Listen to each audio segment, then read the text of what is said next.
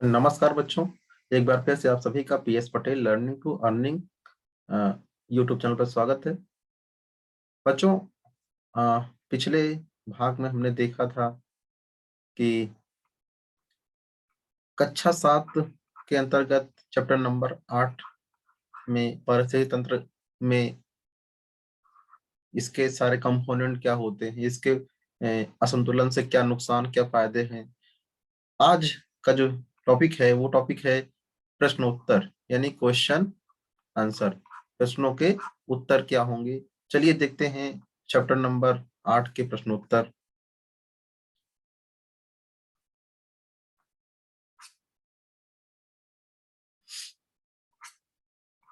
पहुंचते हैं हम प्रश्नोत्तर की तरफ सीधा।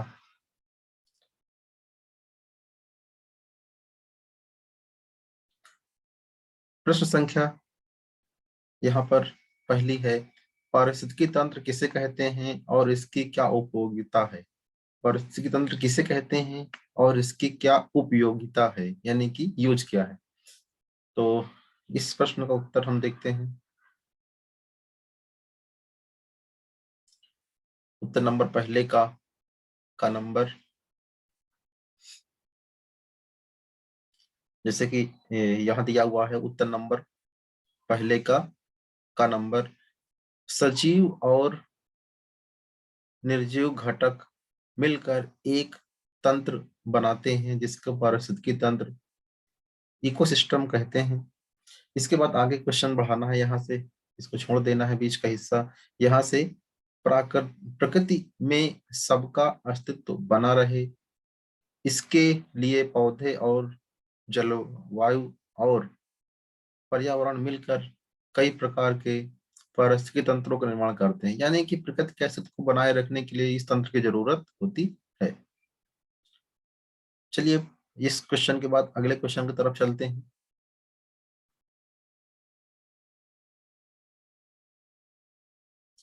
क्वेश्चन नंबर है पहले का नंबर, पारिस्थितिकी तंत्र की रचना किन किन घटकों से मिलकर होती है। प्रश्न नंबर पहले यानी कि पारिस्थितिकी तंत्र की रचना करने वाले घटकों के नाम हमको बताने हैं। सेम उसी चैप्टर नंबर पहले भी नंबर पेज पर पहुंच जाएंगे, पेज नंबर 1 पर ही आंसर इसका है।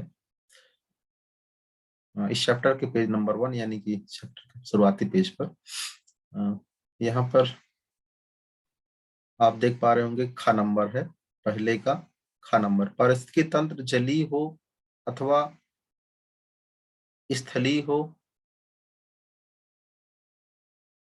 उसकी रचना दो घटकों से मिलकर बनती है, सजीव घटक और निर्जीव घटक।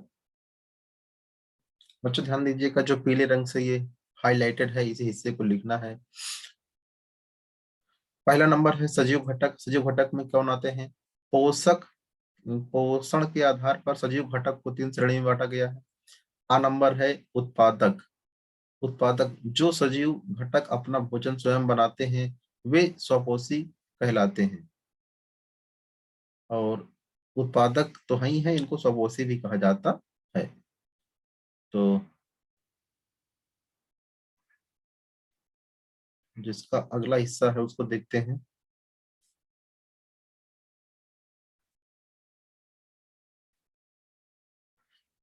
यहाँ पर नंबर, यहाँ से उपभोक्ता जो जीव भोजन के लिए प्रत्यक्ष अथवा अप्रत्यक्ष रूप से उत्पादक यानी कि हरे पौधों पर निर्भर होते हैं, उन्हें उपभोक्ता कहते हैं। उपभोक्ता क्या होते हैं? परपोषी होते हैं। उपभोक्ता प्रमुख क्या होते हैं? परपोषी होते हैं, लेकिन हमको उत्तर यहीं से लिखना है। अब नेक्स्ट हिस्सा बा के बाद नंबर अपघटक, यहाँ से ये अपघटक है।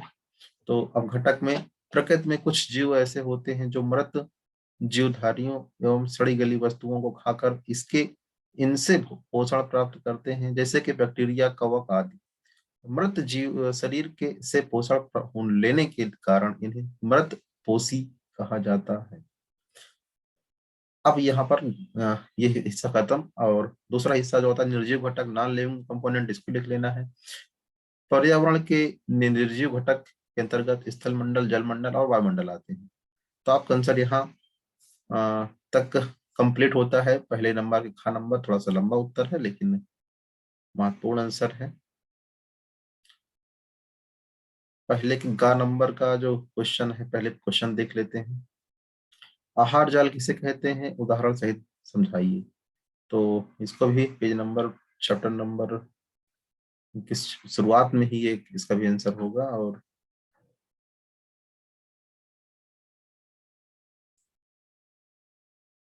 आंसर नंबर यहाँ पर है, उत्तर नंबर पहले का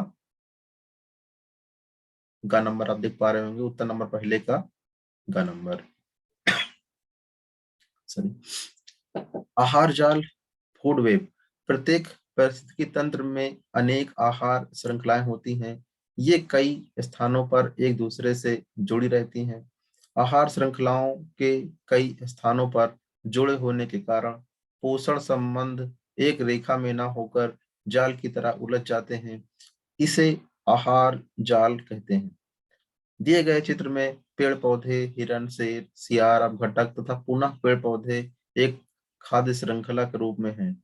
इस प्रकार कई खाद्य श्रृंखला मिलकर खाद्य जाल बना रही हैं। तो ये आंसर पूरा यहाँ से यहाँ तक है, प्लस इसका फिगर भी ड्रा करना है। यहाँ से देखकर आप जो है फिगर को ड्रा कर सकते हैं, जिससे उत्तर कंप्लीट हो जाए। चलिए पहुंचते हैं अगले क्वेश्चन की तरफ। क्वेश्चन नंबर पहले का घ नंबर। अनुकूलन से आप क्या समझते हैं? अनुकूलन से आप क्या समझते हैं?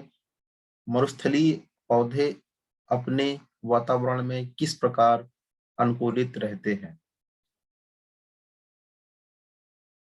तो अनुकूलन को हमको समझना है।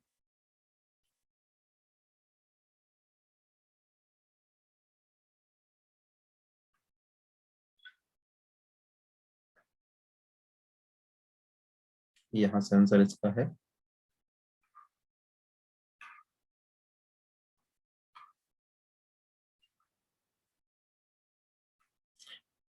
उत्तर नंबर पहले घ नंबर। किसी विशेष वातावरण में सुगमता पूर्वक जीवन व्यतीत करने एवं वंश वृद्धि के लिए जीवों के शरीर में रचनात्मक एवं क्रियात्मक स्थायी परिवर्तन उत्पन्न होने की प्रक्रिया अनुकूलन कहलाती है। इसके बाद इसकी विशेषता की बात करें, यानी कि मरुस्थलीय पौधों की विशेषता की बात करें, तो इसका आंसर यहाँ से फिर हो जाएगा आगे। नागफनी की पत्तियां वाष्पोत्सर्जन द्वारा पानी के ह्रास को रोकने के लिए कांटों के रूप में परिवर्तित हो जाती हैं। जड़ें पानी की तलाश में गहराई तक चली जाती हैं। तना चपटा एवं गूदेदार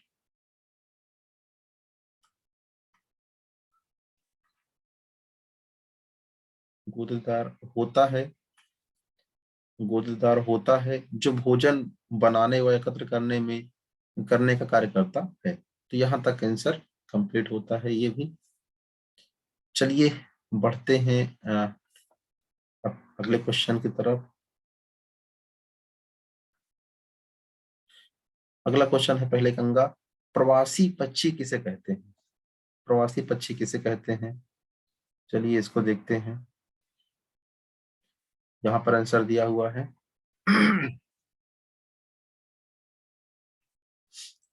मौसम से अनुकूलन बनाए रखने के लिए पक्षी हिमालय के बर्फीले क्षेत्रों, साइबेरिया, ऑस्ट्रेलिया से हजारों किलोमीटर की यात्रा करके हमारे देश में आते हैं। इन पक्षियों को प्रवासी पक्षी कहते हैं। तो इस प्रकार ये हमने समझा कि प्रवासी पक्षी किसे कहते हैं। एक बार फिर से देख लेते हैं। मौसम से अनुकूलन बनाए रखने के लिए पक्षी हिमालय के बर्फीले क्षेत्रों, साइबेरिया, ऑस्ट्रेलिया से हजारों किलोमीटर की यात्रा करके हमारे देश में आते हैं। इन पक्षियों को प्रवासी पक्षी कहते हैं। तो चलिए अब नेक्स्ट इसमें जो क्वेश्चन नंबर 2 है, इसके अंतर्गत देखते हैं।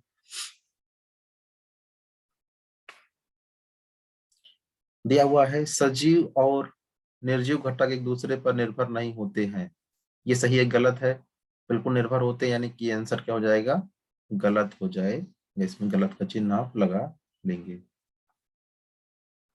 नेक्स्ट क्वेश्चन अगर हम देखें, सभी प्राणी, पहले दूसरे खा नंबर, सभी प्राणी पेड़ पौधे जलवायु और पर्यावरण मिलकर पारिस्थितिकी तंत्र बनाते हैं। बिल्कुल सही बात है, इसमें सही चिन्ह लगाएंगे। ग नंबर, प्रथम चरण उपभोक्ता शेर, चीता, भेड़िया आदि हैं। ये प्रथम चरण के उपभोक्ता नहीं है, ये सब तृतीय चरण के उपभोक्ता हैं, तो इसमें गलत चिन्ह लग जाएगा। अगला नंबर घ नंबर, मृत जीवधारियों से भोजन प्राप्त करने वाले जीव मृतोपजीवी कहलाते हैं। बिल्कुल सही है, मृतोपजीवी कहलाएंगे या मृतपोषी कहलाएंगे, दोनों बातें सही हैं। दूसरे कंगा है, हमें पारिस्थितिकी संतुलन को बनाए रखना चाहिए। बिल्कुल सही है। 4 नंबर, हमारी पृथ्वी के चारों ओर वायुमंडल है। ये भी सही है। और 6 नंबर है, मनुष्य पर्यावरण का अंग नहीं है। यहाँ बताया गया है पर्यावरण का हिस्सा ही नहीं है, गलत बात है। मनुष्य जो है लिविंग बीइंग है, सजीव है, तो ये उसी का हिस्सा है। चलिए खाली स्थान भी भर लेते हैं। यहाँ पर जैसे कि आप देख पा रहे हैं, रिक्त स्थानों की पूर्ति कीजिए। तीसरे का नंबर, जल, वायु, पोषक तत्व, सौर ऊर्जा आदि निर्जीव घटक कहलाते हैं। तो यहाँ पर पहले वाले में निर्जीव भर लेंगे। ख नंबर है, भोजन के लिए दूसरे जीवों पर निर्भर रहने वाले जीव परपोषी कहलाते हैं। यहाँ पर दूसरे वाले में परपोषी भरना है, परपोषी। ग नंबर, उत्पादक व उपभोक्ता के बीच प्रत्येक भोजन स्तर को आहार श्रृंखला कहते हैं। यहाँ पर ग नंबर में आहार श्रृंखला भरना है। घ नंबर, आहार श्रृंखला के एक सिरे पर उत्पादक और दूसरे सिरे पर यहाँ पर उपभोक्ता भरना है, उपभोक्ता होता है। अंगा है, प्रकृति में ऊर्जा का प्रमुख स्रोत क्या है? सूर्य है, खाली स्थान में सूर्य भरना है। 4 नंबर, प्रकृति जल, स्थल, वायु, पेड़ पौधों एवं जीव जंतुओं से मिलकर बनी है। हाँ बिल्कुल सही है। 6 नंबर, पृथ्वी के जल वाले भाग को जलमंडल कहते हैं। ये भी सही है, सॉरी इसमें जलमंडल भरना है यहाँ पर। जा नंबर, जैविक व अजैविक घटक एक दूसरे से परस्पर जुड़े हैं, ये मिलकर बने हैं। यहाँ पर जुड़े भर लेंगे। अब सही विकल्प का चयन करना है।